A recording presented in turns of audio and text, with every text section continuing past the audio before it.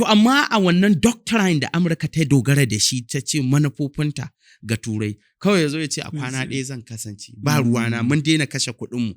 Shi na ce maka mutum ne da yake wani irin botsararre, irin mai wuya sha'ani, kuma za ka sha wahala kafin ka fassara me yake so ko da sauransu zai iya yi.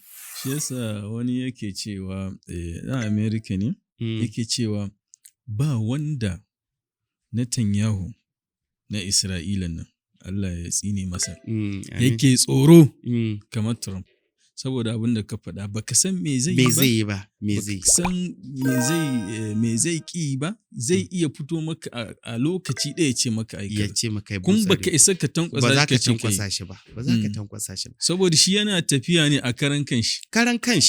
Ba wasu manufofi wasu manufofi na ƙasa ko na jam'iyya kaɗai ya sa ba, shi kawai kamar ɗan kasuwa ne, a buga a kwashe, menene zai haifar mana da sakamako, ina ne za mu ci riba, ba ruwansa da tasirin Amurka ko mutuntakarta ko sunanta ko ɗaukakarta, ba ruwansa. Yanzu wannan katangar da ya ce zai yi.